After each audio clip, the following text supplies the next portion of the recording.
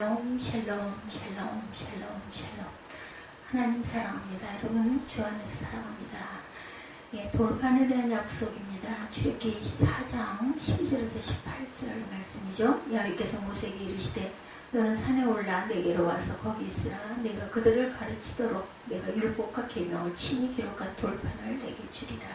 모세가 그의 부하 여호수아와 함께 일어나 모세가 하나님의 산으로 올라가며 장로들에게 이르되 너희는 여기서 우리가 너희에게로 돌아오기까지 기다리라. 아론과 훌이 너희와 함께 하리니 무릇 일이 있는 자는 그들에게 나아갈지니라 하고 모세가 산에 오르매 구름이 산을 가리고 여호와의 영광이 신의 산 위에 머무르고 구름이 엿새 동안 산을 가리었더니 일곱째 날에 여호와께서 구름 가운데 모세를 부르시니라. 산에 여호와의 영광이 이스라엘 자손의 눈에 맹렬한 불같이 보였고 모세는 구름 속으로 들어가 산 위에 올랐으며 모세가 40일 40야를 산에 있습니다. 이렇게 24장 12절에서 18절 내용이 기록되어 있습니다. 이스라엘 백성들이 시내 산에서 하나님과 언약을 체결하고 언약의 내용을 기록한 돌판을 하나님께로부터 약속받은 내용이기도 하죠. 이스라엘 백성들은 출애굽해서 시내 산에 이르게 되었고 그곳에서 하나님과 언약을 세우게 됩니다.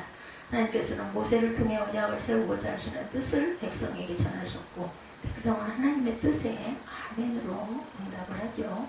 이 하나님은 이스라엘의 하나님 되시기로 하시고 시내산에 강림하여 백성들의 언약의 율례를 전하게 되셨어요. 그 십계명을 위시한 언약 백성으로서의 합당한 율례를 전하신 것이죠. 그 율례들은 다른 것이 아니라 타락한 이방 세계 속에서 하나님의 소유된 구별된 민족으로 정체성을 갖는 것에 대한 것입니다. 그들 중에 임하신 하나님의 소유된 백성으로 하나님을 나타내고 증거하도록 하기 위한 율례들이었던 거죠. 그러니 그 율례들은 백성들이 그들 중에 임하신 하나님과 동행하기 위한 동행의 법으로의 율례였고 열방 중에 제사장 민족으로서의 영광의 하나님을 증거하기 위한 율례들이었어요. 그들의 이 율례를 따라 하나님과 함께 동행할 것 같으면 그들은 제사장 민족으로의 만인으로부터 영광과 존귀를 얻을 것이고 하나님의 복을 크게 받게 될 것이다 라는 것입니다. 만민의 머리가 될 것이고 하나님의 인애를 얻게 될 것이다. 하나님의 약속이 바로 이런 것이죠. 언약을 순종하며 그들과 함께 하시고 은혜를 베푸시겠다라는 것. 이스라엘 백성들은 선택된 하나님의 선민, 선택된 백성으로의 대단한 자부심을 가지고 있었고 그 긍지를 스스로 선생된 자리에 서게 만듭니다. 그래서 로마에서의 바울은 유대인들에 대하여 말하면서 유대인이라 칭하는 내가 율법을 의지하며 하나님을 자랑하며 율법의 교훈을 받아 하나님의 뜻을 알고 지극히 선한 것을 좋게 여기며 내가 율법 있는 지식과 진리의 규모를 가진 자라서 소경의 길을 인도하는 자요 어둠에 있는 자의 빛이요 어리석은 자의 훈도요 어린아이의 선생이라고 스스로 믿고 있다 이렇게 말합니다. 그래서 바울이 관한 말을 한 것이 아니라 그들은 실제 하나님의 율법을 가진 이방의 선생된 위치에 있었던 것이다.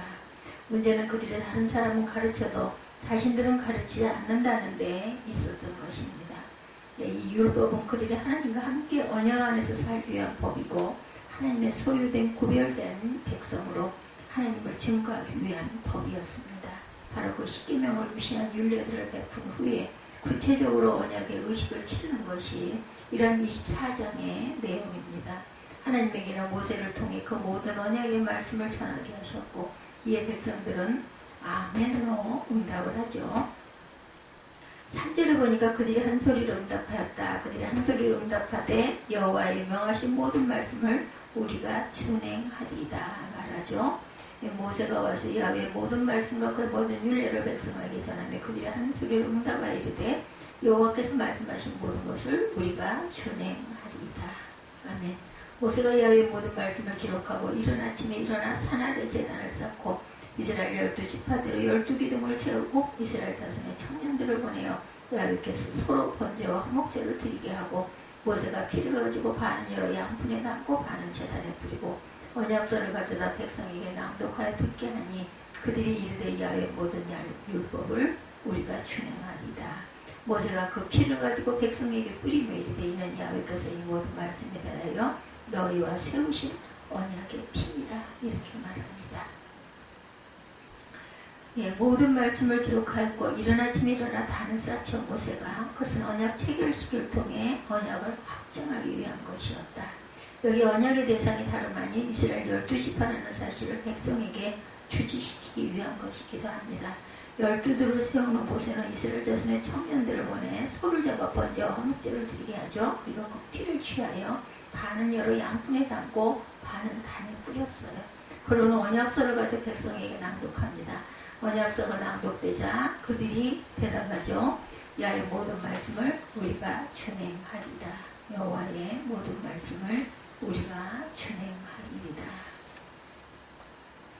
그 법을 버릴 것 같으면 언약의 피가 언약이 파기되는 것입니다. 마치 부부가 서로 혼인의 규약을 지키고 함께 사는 것처럼 그런 것처럼 이스라엘 백성에 있어 율법은 언약 관계를 유지시키는 것이고 그들로 지속적으로 하나님의 백성으로 남게 하는 법이다. 율법을 지키면 천국, 못 지키면 지옥. 그런 의미가 아니죠. 여하튼 이스라엘은 언약의 법을 순종하기로 맹세했어요. 그래서 모세는 양푼에 담은 그 피를 취하여 백성에게 뿌리면서 야훼께서 이 모든 말씀에 대하여 너희와 세우신 언약의 피니라.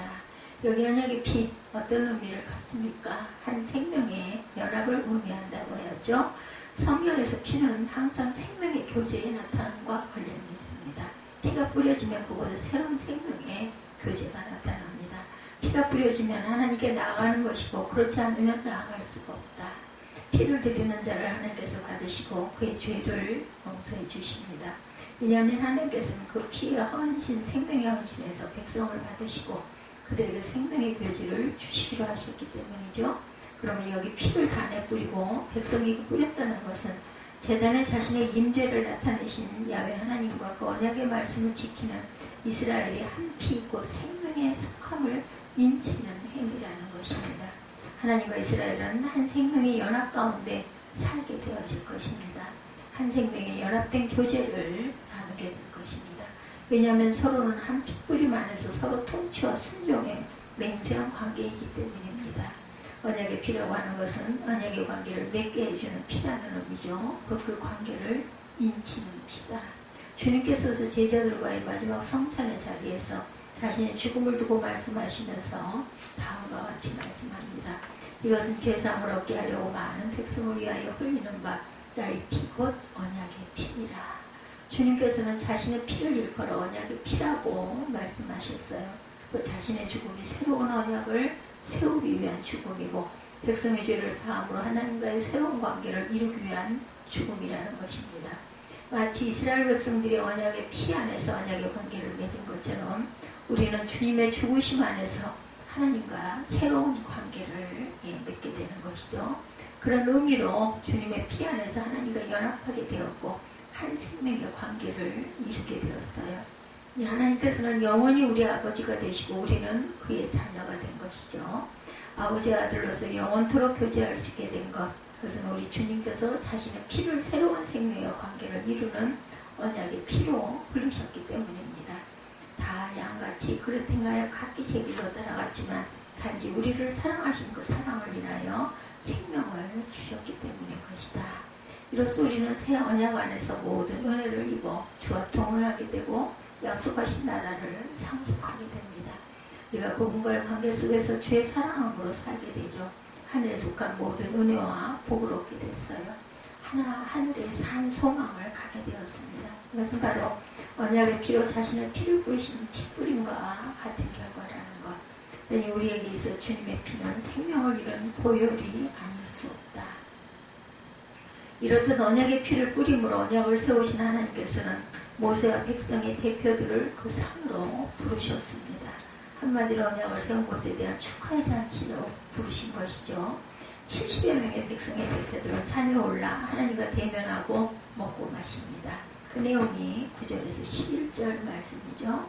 네, 모세가 그 피를 가지고 백성에게 뿌리며 이르되 이는 야훼께서 그 모든 말씀에 대하여 너희와 세우신 언약의 피니라. 모세와 아론과 나답과 아비후와 이스라엘 장로 70인이 올라가서 이스라엘 하나님을 보니 그의 팔 아래 청옥을 펴듯하고 하늘같이 청명하더라. 하나님이 이스라엘 자손들의 존귀한 자들에게 손을 대지 아니하셨고 그들은 하나님을 뵙고 먹고 마셨더라. 아멘. 이전에 나오면 죽으리라 하시던 하나님께서 그들을 부르셨어요. 그들의 백성의 대표로 하나님의 영광을 보았고 그러고도 죽지 않았습니다. 왜냐하면 하나님께서 그들에게 손을 대지 아니하셨기 때문이죠. 이에 그들은 기쁨과 즐거움으로 먹고 마셨더라. 이런 것은 장차 하나님께서 백성에게 주실 영광의 교제를 선취적으로 인치는 것들이 된다. 이렇게 말씀합니다. 항상 그들이 대면하여 먹는 것이 아니라 장차 그 백성 모두에게 주실 것을 그들의 대표에게 선취적으로 주고 계시다라는 거죠. 그들이 하나님을 순종하여 의의 날을 이루게 될 것 같으면 하나님께서는 그 백성 모두를 그의 상으로 부르시고 자기 영광을 나타내시고 대면하여 먹고 마시는 영광을 주신 것이죠. 예, 이스라엘의 종교학 자들이 하나님을 대면하여 먹고 마셨던 것처럼 그 백성으로 큰 영광 가운데 하나님을 대면하여 먹고 마시게 하실 것이다. 바로 그것을 대표들을 부르시며 약속하고 있는 겁니다. 그리고 바로 이것이 자기 백성 이스라엘에게 주실 약속이고 구원의 것이죠. 그 약속의 성취를 지금 우리가 누리고 있는 것입니다. 물론 우리도 아직은 하늘의 가리움 가운데 먹고 있지만 그럼에도 주님께서 이미 부활하셨고 부활하신 영으로 우리와 늘 함께 하신다라는 것. 우리는 부활하신 주님의 영광 가운데 모든 것을 청결한 것으로 먹고 마시죠. 바로 그것이 우리가 그들 안에서 누리는 영광이고 신약교회가 받는 복인 것입니다. 이제는 백성의 대표에게 영광을 주신 하나님께서 모세에게 12절에 이르시되 너는 산에 올라 내게로 와 거기 있으라. 너로 그들을 가르치려고 내가 율법과 계명을 친히 기록한 돌판을 내게 주리라. 이에 모세는 그 종자 여호수아를 데리고 하나님의 산으로 올라가게 되죠. 나머지 모든 일들은 아론과 훌에게 맡기고 산에 올랐어요. 지금 하나님께서 모세에게 언약의 말씀을 기록한 돌판을 주시겠다라고 말씀합니다. 언약의 말씀을 돌판을 기록해 주시겠다는 것은 계약 증서를 주시겠다는 거예요. 그것도 변하지 않는 돌에다 언약을 새겨 주시겠다고 하는 것은 변치 않는 언약으로 그 언약을 확증시켜 주시는 것이죠. 곧 이스라엘은 돌에 새긴 언약의 법을 받은 백성들인 것입니다. 그러니 모세는 이 돌에 새긴 법으로 백성을 가르치고 백성들은 돌에 새긴 법을 따라 배웠어요. 네. 그러나 어땠어요? 세월이 지남에 따라 그 돌에 새겨진 법이 희미해진 것처럼 그 백성 가운데 주의 말씀은 희미해져 갑니다. 백성들은 언약의 법에서 자꾸 멀어져 갔고 초창기에 뚜렷했던 언약의 정신은 흐려져만 갑니다. 결국 그들은 언약을 파기하는 죄를 범하였고 하나님의 소유된 백성으로서의 정체성은 상실되고 말죠. 하나님께서 새로운 약속을 주셨는데 세월이 가도 흐려지지 않도록 그 법을 마음에 새기겠다고 하는 약속이었습니다. 백성들 각자가 하나님의 언약을 새긴 신비를 각각 갖고 사는 나라, 그 법이 그 안에서 이루어지기까지 끊임없이 말씀 놓으시는 능력의 나라, 그런 나라를 이루시겠다는 거죠. 그 약속을 하나님께서 우리에게 이루셨고 보내신 아들의 영 성령으로 우리 마음에 법을 새기셨습니다. 지어질 수 없는 각인된 법으로 우리 안에 새긴 것이죠. 그리고 성령께서는 그 법이 우리 안에 온전히 이루어지기까지 쉼없이 우리에게 말씀해 오십니다. 우리로 그 법을 이루는 삶을 살도록 도와주셨어요. 때로는 탄시간 가운데 슬퍼하시기도 하시고 우리를 인하여 기뻐하시기도 합니다. 바로 우리는 마음의 신비에 그 법을 새겨받은 새 백성들입니다. 그러니 마음으로 그 법을 순종하고 우리의 삶 속에서 그 법을 이루는 삶을 살아가는 거죠. 이제 모세는 산에 오르게 됩니다. 15절에 모세가 산에 오르며 구름이 산을 가리며 야훼의 영광이 시내산 위에 머물고 이렇게 나오고 있죠. 야훼의 영광이 시내산 위에 머물고 구름이 엿새 동안 산을 가리던 일곱째 날에 여호와께서 구름 가운데 모세를 부르시니라. 산 위에 여호와의 영광이 이스라엘 자손의 눈에 맹렬한 불같이 보였고 모세는 구름 속으로 들어가 산 위에 올랐으며 모세가 40일 40야를 산에 있습니다.